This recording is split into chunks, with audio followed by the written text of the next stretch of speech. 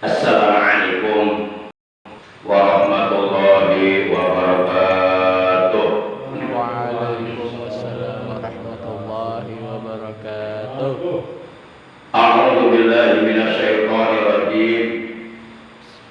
Bismillahirrahmanirrahim. Alhamdulillahilladzi arsala rasulahu rahmatan lil alamin. Asyhadu an la ilaha illallah al-malikul quddus salam wa asyhadu anna sayyidana Muhammadan abduhu wa rasuluh al-mab'utsu ila jami'il anam. Allahumma shalli wa sallim wa barik ala imamil muttaqin sayyidina wa habibina wa syafi'ina wa qurrati a'yunina wa maulana Muhammad wa ala alihi wa ashabihi al-mujahidin al-tahirin, amma ba'd. Ma'asyiral muslimin, segenap jamaah majlisul ilmi, jamaah pengajian rutin Mushola Istiqomah yang saya hormati rahimakumullah wa hadakumullah. Puja dan puji syukur selalu kita panjatkan kepada Allah yang Maha Ghafur. Salawat dan salam semoga tetap dilimpahkan selalu atas paduka alam yang mulia, panutan kita, ikutan kita, baginda tercinta Nabi Agung Nabi besar Muhammad sallallahu alaihi wasallam beserta seluruh keluarga beliau, para sahabat beliau, dan seluruh pengikut beliau yang setia kepada beliau, yang tetap cinta kepada beliau, yang tetap istiqomah menjalankan perintah-perintah beliau, mengamalkan sunnah-sunnah beliau, juga mengamalkan sekaligus mempertahankan ajaran Islam yang telah diajarkan oleh beliau. Semoga kelak di hari kiamat kita semua yang hadir pada malam ini mendapatkan syafaatul ummah dari beliau. Amin ya Allah ya rabbal alamin. Ma'asyiral muslimin rahimakumullah wa hadakumullah.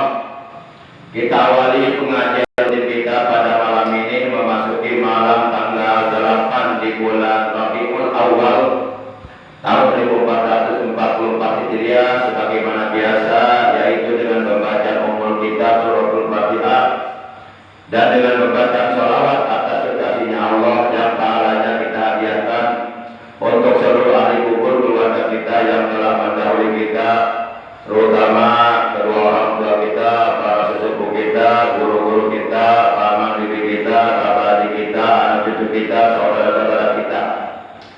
Dan sekaligus kita bermunajat kepada Allah Subhanahu wa taala semoga dengan barokah Fatihah dan sholawat Allah Subhanahu wa taala senantiasa memberikan kepada kita kesehatan baik zahir maupun batin, dengan kesehatan yang barokah, yaitu kesehatan yang selalu kita gunakan untuk beribadah secara istiqomah sampai akhir hayat. Semoga meninggal dunia nanti manakala ajal datang dalam keadaan husnul khatimah. Amin ya Allah ya rabbal alamin.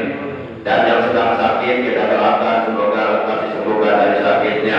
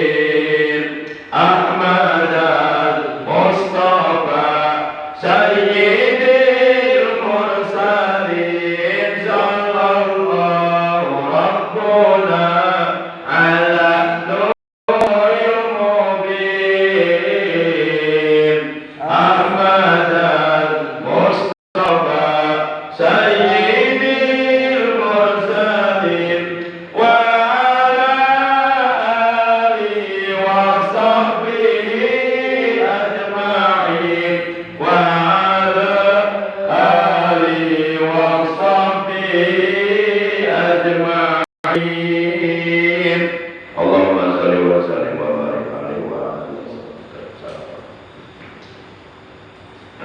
Ma'asyiral muslimin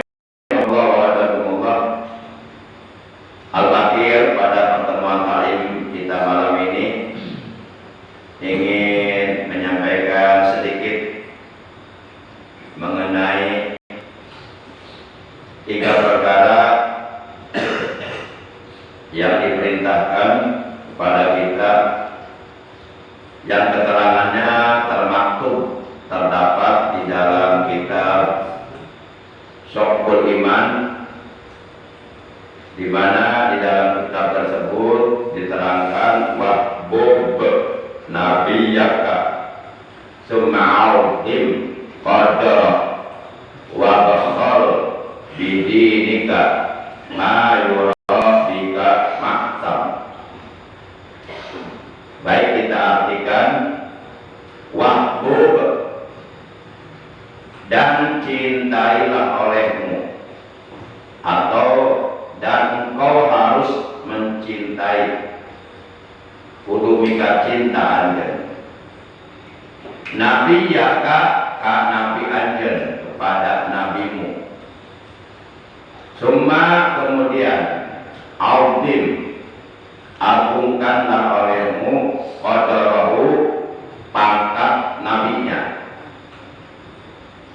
Kemudian wakhol, dan pelitkanlah olehmu, kudu melitkeun anjeun bidinika kana agama anjeun, pelitkanlah olehmu agamamu. Mayurabika masam, memelitkan agama itu tidak dipandang dosa menurut agama. Dalam bait ini terdapat 3 macam perintah yang seyogianya ketiga macam perintah tersebut dilaksanakan oleh setiap kita yang mengaku beriman kepada Allah dan Rasul-Nya, juga beriman kepada rukun iman yang lainnya. Perintah yang pertama, wahbub nabiyyaka, cintailah olehmu nabimu. Perintah yang kedua, summa audim qadra, dan agungkanlah olehmu pangkat nabinya. Perintah yang ketiga, wa bakhal bidinika, pelitkanlah agamamu, mayurabika maksam, memelitkan agama tidak dipandang dosa. Para jamaah yang dimuliakan oleh Allah Subhanahu wa taala, baik kita uraikan satu persatu. Yang pertama, wahbub nabiyyaka, cintailah olehmu nabimu. Jadi kita sebagai orang yang mengaku beriman kepada nabi kita, Nabi besar Muhammad sallallahu alaihi wasallam, diperintahkan oleh agama Islam agar kita mencintai nabi kita dalam rangka untuk menyempurnakan keimanan kita kepada nabi kita. Tidak cukup hanya beriman saja kepada Nabi Muhammad SAW, sementara di dalam hati kita sedikit pun umpamanya tidak ada rasa cinta kepada nabi kita. Karena antara cinta di hati kita kepada nabi kita dengan iman yang ada di dalam hati kita, itu hubungannya sangat amat erat sekali. Sampai-sampai dalam sebuah hadis dikatakan, yaitu hadis riwayat Imam Tabrani dan Imam Al-Baihaqi dari Abdurrahman bin Abdillah dari ayahnya, Rasulullah Shallallahu Alaihi Wasallam beliau telah bersabda, la yu'minu ahadukum hatta akuna ahabba ilaihi min nafsihi wa ahli ahabba ilaihi min ahlihi wa itrati ahabba ilaihi min itratihi wa dzurriyyati ahabba ilaihi min dzurriyyatihi. La yu'minu, tidak dipandang beriman, sapa ahadukum, salah seorang di antara kalian, hatta akuna, sehingga adalah aku ahabba ilaihi min nafsihi, lebih dicintainya olehnya daripada ia mencintai dirinya sendiri. Jadi untuk mencapai kesempurnaan iman kita, maka kita harus meletakkan kecintaan kita kepada Nabi kita, Nabi Muhammad SAW, melebihi kecintaan kita kepada diri kita sendiri. Sepanjang umpamanya kita belum bisa mencintai Nabi kita melebihi kecintaan kita kepada diri kita sendiri, maka itu artinya sepanjang itu kita belum mencapai kesempurnaan iman kita. Berarti betapa alangkah pentingnya rasa cinta di hati kita kepada Nabi kita. Itu bisa menyempurnakan keimanan kita. Tidak cukup hanya beriman saja kepada Nabi kita, tapi di hati kita sedikit pun umpamanya tidak ada rasa cinta kepada beliau. Inilah pentingnya kita menjaga, memelihara, merawat kecintaan kita kepada Nabi kita, Nabi Muhammad SAW. Dan orang-orang yang beriman, yang benar-benar di hatinya ada cinta kepada Nabi Muhammad SAW, dan ia selalu berusaha semaksimal mungkin, seoptimal mungkin untuk memanifestasikan, membuktikan atau mengimplementasikan rasa cintanya di hatinya kepada nabinya dengan cara mentaati segala perintah beliau, dengan cara menjauhi segala larangan beliau, dengan cara menghidupkan dan mengamalkan sunnah-sunnah beliau, dengan cara melaksanakan wasiat-wasiat beliau, dengan cara berpegang teguh kepada Al-Quran, As-Sunnah, kepada ijma sahabat, ijma para ulama, baik ulama salaf maupun ulama khalaf, dengan cara memperbanyak salawat kepada beliau. Maka insya Allah keimanan yang ada di dalam hati kita akan mencapai kesempurnaan apabila kita mampu membuktikan kecintaan kita kepada beliau. Dan apabila kita benar-benar dikatakan sebagai orang yang mencintai beliau dan mampu membuktikan kecintaannya kepada beliau, maka tentu kita akan mendapatkan jaminan dari beliau. Jaminannya adalah surga. Hal ini sebagaimana diterangkan dalam sebuah hadis, man ahabbani kana ma'i fil jannah. Man sing sapa wong ahabba kang kita ya iman ni ing ingsun, kana mangka ono ya iman iku ma'i sarta ingsun fil jannati iku tetep ing dalam swarga. Barang siapa yang benar-benar cinta kepadaku, yakni cinta kepada Nabi Muhammad SAW, dan ia mampu membuktikan kecintaannya kepada nabinya. Jadi cintanya bukan hanya sekedar di mulut saja, tapi direalisasikan, dimanifestasikan, diaplikasikan, dibuktikan, dinyatakan, diterjemahkan di dalam kehidupannya sehari-hari dengan cara menjalankan segala perintah beliau. Maka jaminannya maka adalah ia ma'i, itu akan bersamaku fil jannati, di dalam surga, asalkan kita mampu membuktikan cinta kita. Itu jaminan dari baginda kita yang mulia tercinta, Nabi Agung, Nabi besar Muhammad SAW. Bahkan bukan hanya itu, selain akan berada di dalam surga dan di surga bertemu beliau, juga di hari kiamat berhak mendapatkan syafaat beliau dan berhak mendapatkan air dari telaga beliau yang berada di hari kiamat. Para jemaah yang dimuliakan oleh Allah Subhanahu wa taala. Jadi sekali lagi kata beliau, la yu'minu ahadukum hatta akuna ahabba ilaihi min nafsihi.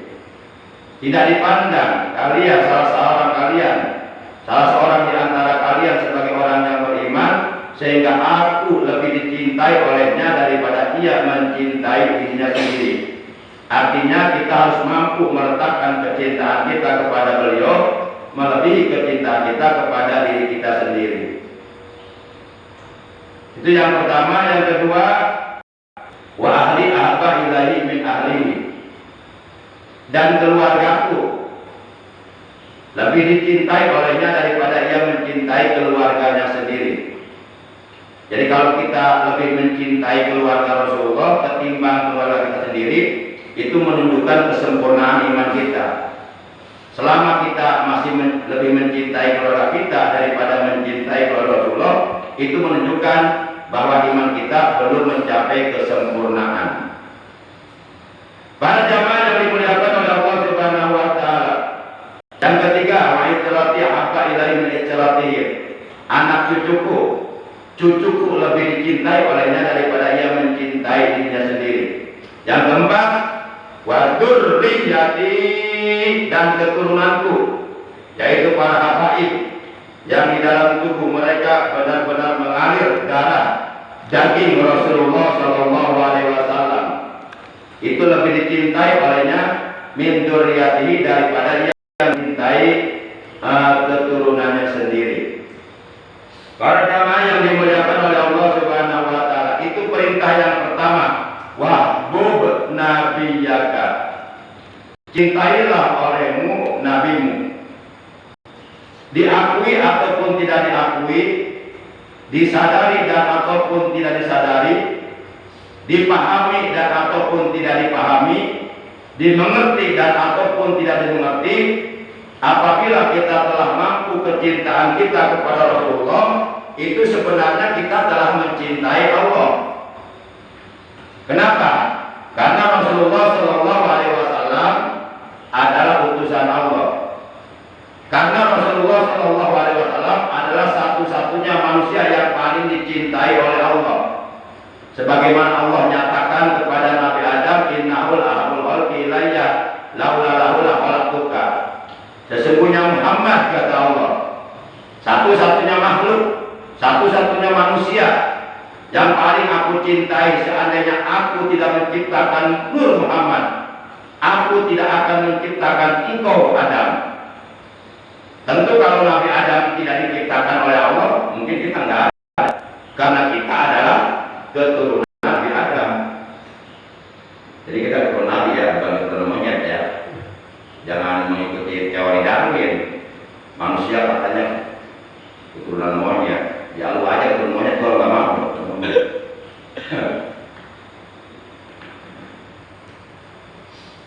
Kan manusia pertama yang diciptakan oleh Allah dalam surga adalah Adam, Nabi Adam. Nabi Adam diciptakan oleh Allah tanpa bapak, tanpa ibu. Innama amruhu idza arada syai'an ay yaqula lahu kun fayakun.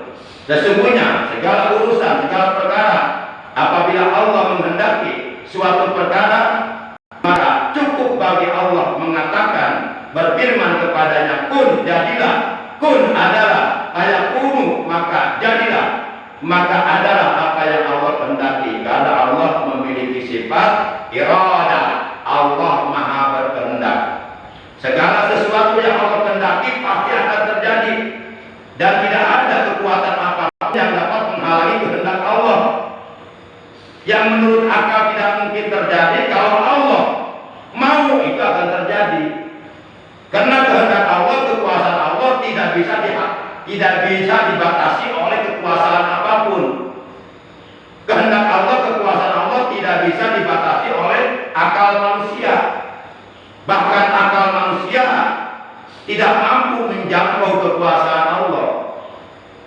Entah kalau berhadapan dengan kekuasaan Allah. Para jamaah yang dimuliakan oleh Allah Subhanahu wa taala, ada lagi manusia yang diciptakan ada ibu, tidak ada ayah, yaitu Nabi Isa. Dilahirkan oleh Siti Maryam tanpa bapak. Itu pun kekuasaan Allah. Ada lagi yang sebaliknya, manusia diciptakan ada bapak, nggak ada ibu. Siapa coba? Ada yang tahu? Bingung kita. Jangan dikejar pakai akal. Kalau pakai akal nggak ketemu. Ada manusia diciptakan oleh Allah, ada bapak, nggak ada ibu. Kalau kita kejar pakai akal, lah ada bapak, nggak ada ibu. Terus dia apa iya lahirnya dari bapaknya? Apa iya bapaknya hamil? Nah, itu pakai akal. Nggak ketemu lu. Siapa orangnya? Belum. Yang pertama, Nabi Adam diciptakan oleh Allah tanpa ayah, tanpa ibu. Itu udah tahu semua. Yang kedua, Nabi Isa diciptakan oleh Allah, ada ibu tanpa ayah. Itu sudah tahu semua. Ini yang ketiga nih, yang sebaliknya, diciptakan oleh Allah, ada bapak tanpa ibu. Kira-kira siapa? Ada yang tahu nggak? Ayo ngobrol aja, ngobrol, nggak usah ngaji, ngobrol. Dia Siti Hawa. Ah, betul, Siti Hawa. Coba Siti Hawa bapaknya siapa? Ya Adam. Ibunya ya nggak ada, karena Siti Hawa perempuan pertama yang diciptakan oleh Allah. Siti Hawa, betul. Dan yang keempat, manusia diciptakan oleh Allah, ada bapak, ada ibu, yaitu kita semua. Itu semuanya kekuasaan Allah. Baik Adam yang diciptakan oleh Allah tanpa ayah, tanpa ibu, maupun Nabi Isa yang diciptakan oleh Allah ada ibu tanpa ayah, maupun Siti Hawa yang diciptakan oleh Allah ada bapak tanpa ibu, maupun kita yang diciptakan oleh Allah ada ayah, ada ibu. Itu semuanya bukti kekuasaan Allah. Sehingga yakin di dalam hati kita bahwa Allah itu benar-benar Maha Kuasa. Dan kekuasaan Allah tidak bisa dibatasi oleh kecerdasan IQ, kecerdasan inteligensi, kecerdasan akal, karena akal itu sendiri adalah diciptakan oleh Allah. Nggak mungkin ciptaan Allah bisa membatasi kekuasaan Allah. Gue makhluk.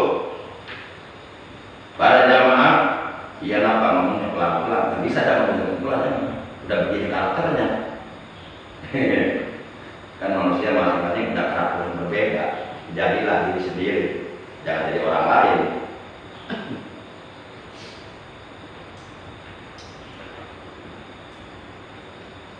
Nah, itu yang pertama. Kalau kita bisa mencintai Nabi Agung, Nabi besar Muhammad SAW dengan sesungguhnya dan bisa membuktikan kecintaan kita kepada beliau dengan melaksanakan 7 perkara minimal, maka itu artinya kita telah mencintai Allah walaupun kita enggak menyadarinya. Kan ada hadis yang mengatakan begini, man akramani faqad akrama Allah li'ani habibu wa man akrama Allah famaqahul jannah. Barang siapa yang memuliakan aku, kata beliau, memuliakan di situ sudah mengandung unsur kecintaan. Karena biasanya menurut akal sehat, orang yang di dalam hatinya ada cinta kepada seseorang pasti ia akan memuliakannya. Contoh umpama kita mencintai guru-guru kita, mencintai ulama-ulama kita, mencintai para habaib kita, tentu kita akan berusaha dengan dasar cinta yang ada di hati kita kepada mereka. Tentu kita akan berusaha untuk memuliakan mereka, orang-orang yang kita cintai. Jadi kata mulia itu di dalamnya sudah mengandung unsur cinta, sehingga bisa diartikan barang siapa yang mencintai aku, kata beliau, maka sungguh ia telah mencintai Allah, karena aku adalah kekasih Allah. Dan barang siapa yang mencintai Allah, famak wahul jannah, maka tempat kembalinya adalah surga. Yuk kita raih surga dengan cinta, dengan cinta kepada Allah.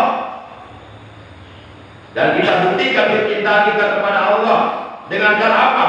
Dengan cara wiqayatun nafsi min iqabillah bil tisali awamirillah wajitinahu nawahihi, dengan cara menjaga diri kita dari azab Allah, yaitu dengan cara melaksanakan perintah-perintah Allah dan dengan cara menjauhi larangan-larangan Allah sebagai bukti kecintaan kita kepada Allah. Nah, kemudian kita cintai kekasihnya Allah, yaitu Nabi Muhammad Sallallahu Alaihi Wasallam. Karena dengan mencintai beliau itu artinya kita mencintai Allah, karena beliau adalah kekasih Allah. Kemudian yuk kita cintai orang-orang yang dicintai oleh Rasulullah. Siapa aja orang yang dicintai oleh Rasulullah?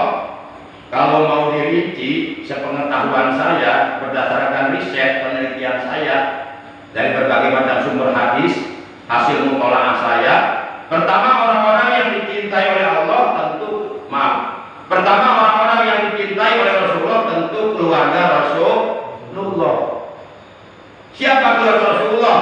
Istri-istri beliau, anak-anak beliau. Kemudian yang dicintai oleh Rasulullah adalah cucu-cucu Rasulullah. Kemudian yang dicintai oleh Rasulullah adalah dzurriyyah Rasulullah, keturunan Rasulullah, yaitu para habaib. Kemudian yang dicintai oleh Rasulullah adalah pewaris Rasulullah, orang-orang yang meneruskan, orang-orang yang melanjutkan perjuangan dakwah Rasulullah di dalam menyebarluaskan ajaran Islam di muka bumi. Siapa mereka? Para ulama. Itulah orang-orang yang dicintai oleh Rasulullah.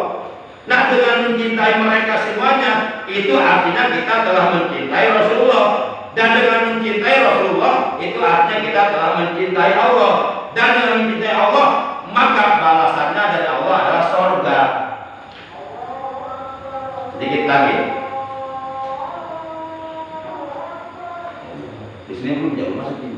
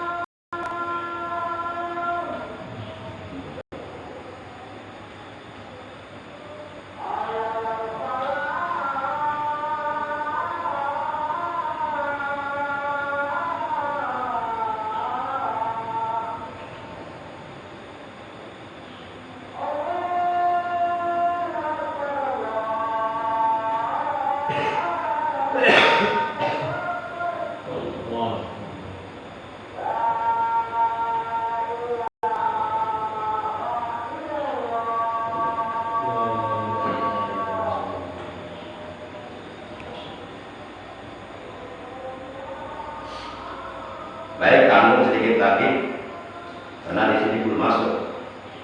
Ini apa yang jamnya apa baterainya masih baru, ini udah lama, atau sebaliknya? Sama. Nah, Sama ini sama nggak sama? nggak sama ya, ada berapa menit? Udah 5 menit. Hah? 5 menit.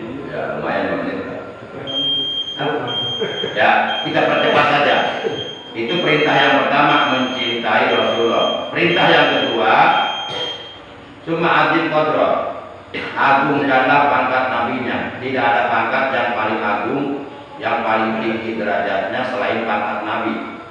Karena pangkat nabi itu hanya diberikan oleh Allah kepada hamba pilihan Allah. Dan pangkat nabi tidak bisa didapatkan di perguruan tinggi manapun. Bahkan kalau umpama ada perguruan tinggi berani-beraninya mengeluarkan kitab nabi, itu pasti dikecam oleh umat Islam sekarang dunia. Mungkin dibakar perguruan tinggi tersebut, termasuk dosen-dosennya, rektor-rektornya mungkin dibakar mungkin, karena dianggap aliran sesat. Rasulullah bersabda, "Wala taqnatu bi kunyati." Dan janganlah sekali-kali kalian menggunakan gelarku, yaitu gelar nabi. Makanya kalau ada orang ngaku nabi itu sesat, wajib disuruh bertaubat. Kalau disuruh bertaubat enggak mau, malah melawan, tentang wajib dibunuh, dipancung, darahnya halal. Karena dalam Al-Quran Allah sudah menegaskan, maka Muhammadun aba ahadin min rijalikum walakin Rasulullah wa khataman nabiyyin. Tidak ada nabi lagi yang diutus oleh Allah Ta'ala setelah Allah mengutus nabi kita tercinta, Nabi besar Muhammad Sallallahu Alaihi Wasallam. Karena beliau adalah Sayyidul Anbiya wal Mursalin, beliau adalah Nabiul Awwalin wal Akhirin. Itulah akidah, ajaran akidah Ahlussunnah wal Jamaah yang lurus. Yakinkan, kalau ada orang aku nabi itu dajjal, hakikatnya dajjal, pendusta besar, pembohong besar, dajjal yang akan merusak akidah kita. Kemudian yang ketiga adalah perintah wabsal didinika, perintah memelihara agama kita. Jadi kalau memelihara agama hukumnya wajib. Tapi kalau memelihara harta tidak dibelanjakan di jalan Allah, tidak diinfakkan, tidak disedekahkan, tidak dikeluarkan zakatnya, itu haram. Karena orang yang punya harta dan hartanya mencapai nisab, itu di dalam hartanya ada hak yang 8 asnaf, maka wajib dikeluarkan. Maka ketika kita punya harta dan harta kita sudah mencapai nisab, batas minimal untuk dikeluarkan zakatnya, akan tetapi kita tidak mengeluarkan wajib zakatnya, itu artinya kita telah memperkosa, telah mengambil hak 8 asnaf tadi. Berarti kita telah memakan barang yang haram di dalam perut kita. Rasulullah pernah bersabda, "Tuba iman amsakal fadla min lisanihi, summa tuba liman anfaqal fadla min malihi." Beruntunglah orang yang bisa menahan kelebihan ucapannya, dan beruntunglah orang yang bisa mengeluarkan kelebihan dari hartanya. Jadi kata Nabi, beruntunglah orang yang bisa menahan kelebihan dari ucapannya. Jadi ngomongnya nggak berlebihan gitu, masih bisa ditahan. Dan beruntunglah orang yang bisa mengeluarkan kelebihan dari hartanya. Maksudnya hartanya yang lebih diinfakkan, disedekahkan di jalan Allah. Itulah orang-orang yang beruntung. Demikian, oleh karena sudah masuk waktu Isya, kurang lebihnya mohon maaf. Terima kasih atas kehadirannya. Akhirnya mari kita tutup tali kita pada malam ini dengan ucapan hamdalah.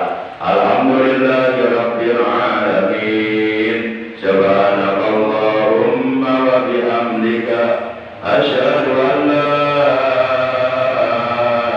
ilaha illa anta wahdaka la syarika laka astaghfiruka wa atubu ilaik. Allahumma ighfir lana wa li walidayna warhamhuma kama rabbayana shighara. Rabbana zidna ilman nafi'an ma'al hidayah. Rabbana atina min ladunka rahmah wa hayyi lana min amrina rasyada. Rabbana atina fid dunya hasanah wa fil akhirati hasanah wa qina adzabannar. Wa sallallahu ala sayyidina